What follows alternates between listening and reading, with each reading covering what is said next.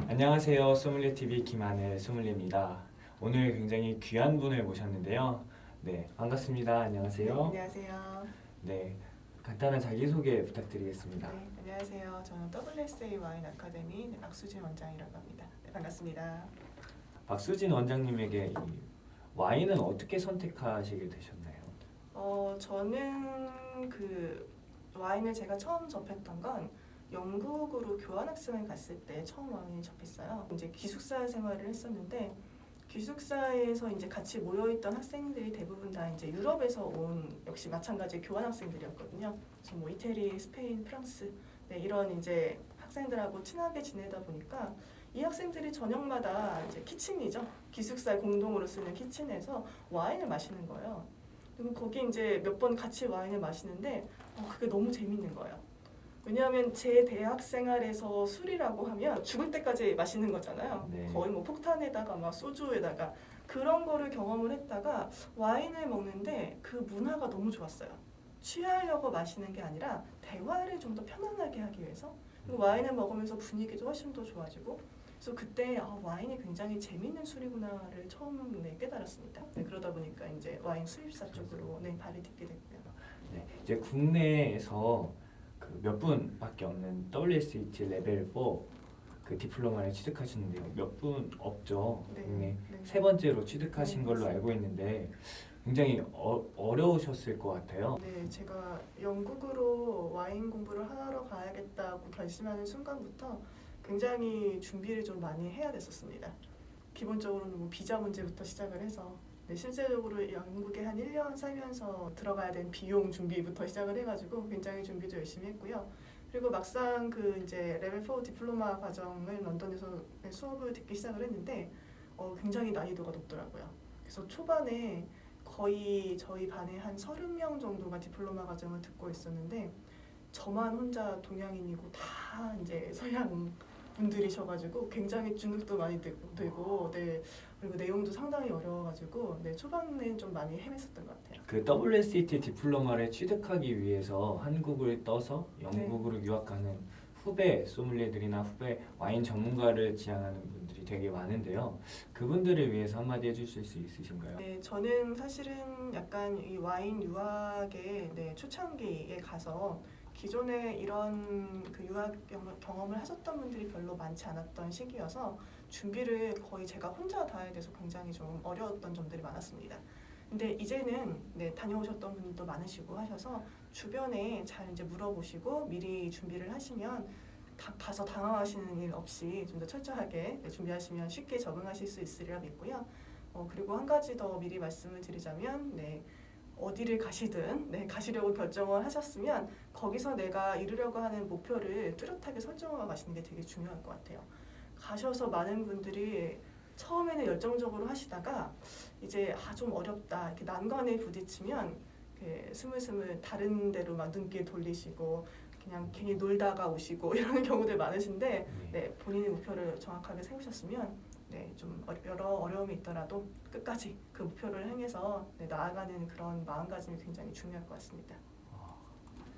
그 제가 영국을 갔을 때도 물가가 굉장히 비싸가지고 물 한 병에도 2,000원이 넘었던 그때 가격이었는데요.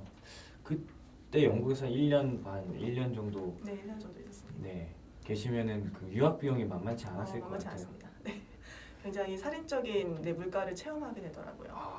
그래서 제가 그 이제 수입사의 마케팅 팀에서 한 5년 정도 열심히 일했던 이제 자금을 잘 모아서 갔는데 그거 가지고 여유롭지 않더라고요. 5년 동안 모은. 열심히 모아서 자금을 열심히 모아서 갔는데 굉장히 물가가 비싸서 생각한 것보다 좀 많이 힘들었습니다.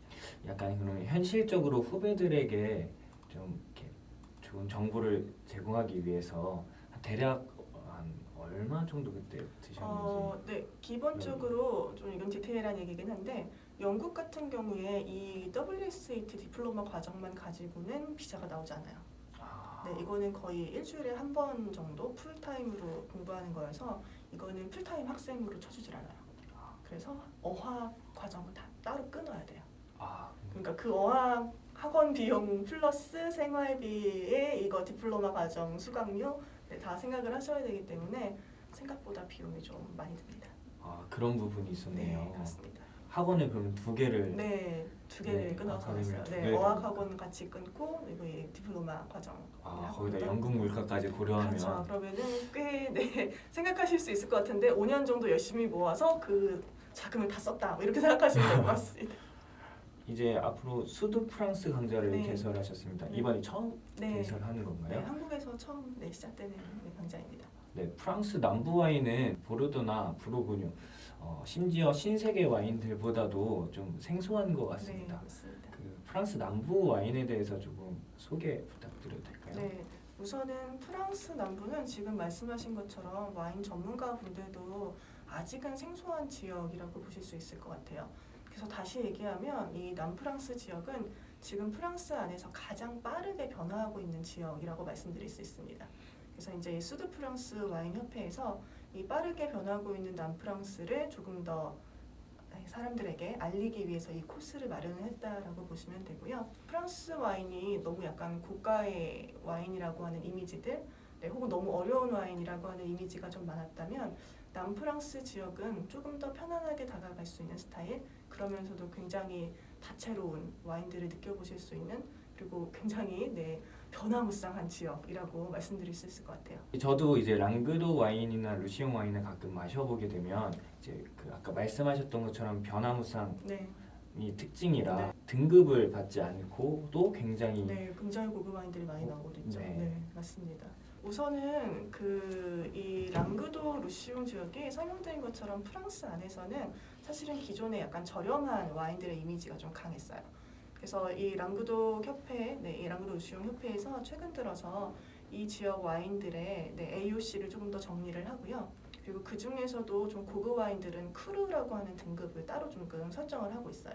그래서 약간 부르고뉴처럼 고급 와인들은 등급을 좀 따로 별도로 주는 방향으로 가고 있고요. 그리고 그거와는 또 별개로 기존의 뭐 밴드베이 등급 같은 이런 와인들도 뭐 보르도 블렌딩을 쓴다든가 이렇게 해서 등급은 낮은 등급이지만 굉장히 고급 와인들도 많이 생산이 되고 있습니다. 그래서 이 랑그동 루시옹은 하나의 등급으로 묶기는 좀 굉장히 어렵고요. 뭐 고급 와인부터 그리고 등급은 낮지만 약간 슈퍼투스칸 느낌이 날 수 있게 이 지역에서 만든 약간 보르도 스타일의 좀 남다른 스타일의 고급 와인들까지 굉장히 다양한 스타일들이 나오고 있다라고 말씀드릴 수 있을 것 같아요. 우선 한마디로 정리한다면 굉장히 빠르게 변하고 있다가 사실은 가장 정확한 정의일 것 같아요. 네. 이번에 WSA 와인 아카데미에서 네. 그 수도 프랑스, 그러니까 프랑스 남부 와인 개설 그 강좌를 처음으로 개설하는 네. 건가요? 국내에서? 네, 국내에서 처음이고요. 제가 알기로는 제가 국내에서 최초로 이 인증 과정, 마스터 과정을 자격증을 받았습니다. 네. 그리고 랑그독 와인 협회가 올해부터 그 소펙사 소믈리에 대회에 공식 후원사가 된 걸로 알고 있어요. 그래서 아마 올해부터는 소펙사 시험에 랑그독 부분이 좀 더 강화가 될 것 같습니다. 그래서 여러분들 지금 뜨고 있는 이 랑그독 루시옹 지역 와인들을 접할 수 있는 이번 코스가 좋은 기회가 되지 않을까 싶습니다. 네. 수많은 세월 동안 많은 와인들을 테이스팅 하셨을 네. 텐데 그 중에서 가장 흔히 요새 최애 와인이라고 하죠. 네. 최고로 만족했던 와인이 혹시 있나요? 사실은 제가 이제 와인을 마시기 시작한 지가 거의 뭐 한 15년에서 20년 가까이 되고 있는데요. 그러다 보니까 한 가지를 꼽기는 굉장히 어려운 것 같아요. 그럼에도 불구하고 제가 이제 수도 프랑스 과정을 할 거니까 우선은 이 수도 프랑스 지역에 제가 최애하는 와인 하나를 꼽자면 도마스 가삭이라고 하는 와인을 굉장히 좋아합니다. 개인적으로 저도 이 와인을 마시기 전까지는 남프랑스 와인은 약간 저렴한 스타일 아닌가 이런 생각이 강했었는데요. 잘 숙성된 이 도마스 가삭을 마셨을 때 이게 원래 보르도 블렌딩이거든요. 근데 그럼에도 불구하고 보르도에서는 절대 느낄 수 없는 굉장한 파워와 그리고 굉장히 그 동물적인 그리고 약간 야성적인 느낌들이 엄청났어요. 그래서 굉장히 저에게 놀라움을 줬었던 대표적인 랑그독 와인이었습니다. 개인적으로는 저는 그냥 이렇게 전반적인 얘기를 할 때는 바롤로 와인을 상당히 좋아합니다. 역시 향은 굉장히 막 피노처럼 여리여리하고 굉장히 섬세한데 입안에서는 역시 굉장한 파워가 느껴지는 약간 반전 매력이 있는 스타일. 그래서 그 반전 매력에 네, 흠뻑 빠져 있다라고 말씀드릴 수 있을 것 같아요. 해외에서 이제 와인 공부도 하시고 해외에 있는 와이너리도 많이 가보셨을 것 같은데 네. 그 가보셨던 와이너리 중에 가장 기억에 남는 와이너리가 있나요? 꼭 아. 추천해 주실 수 있는. 개인적으로 저는 네, 추천을 하자면 이태리의 토스카나 지역은 반드시 한 번은 가보셔야 된다라고 생각이 듭니다. 물론 부르고뉴도 좋고 보르도도 좋고 뭐 가보시면 다 좋기는 한데 저는 토스카나가 네, 그 한 가을쯤 가시면 보통 그 토스카나가 약간 구릉지대라고 얘기하잖아요. 이렇게 둥글둥글한 언덕들이 쫙 펼쳐져 있는.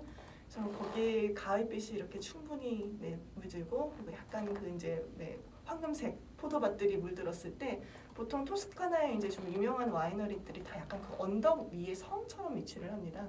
그래서 그 성에서 햇살 좋은 날 이렇게 야외에 딱 이렇게 테라스 깔아놓고 네, 와인 한 잔 마시면서 밑에 포도 익는 거를 바라보고 있으면 지상 낙원이 따로 없어요. 보통 한 네. 9월에서 10월 정도. 그럼 네. 거의 포도 수확기쯤에. 네, 수확이 조금은 되기 전에 바로 직전에. 네. 수확기는 바빠가지고 다들 잘 안 반겨줘서 네. 가능하시면 수확 바로 전에. 그래서 한 9월 중순에서 9월 말 정도 보통 추천을 많이 드립니다.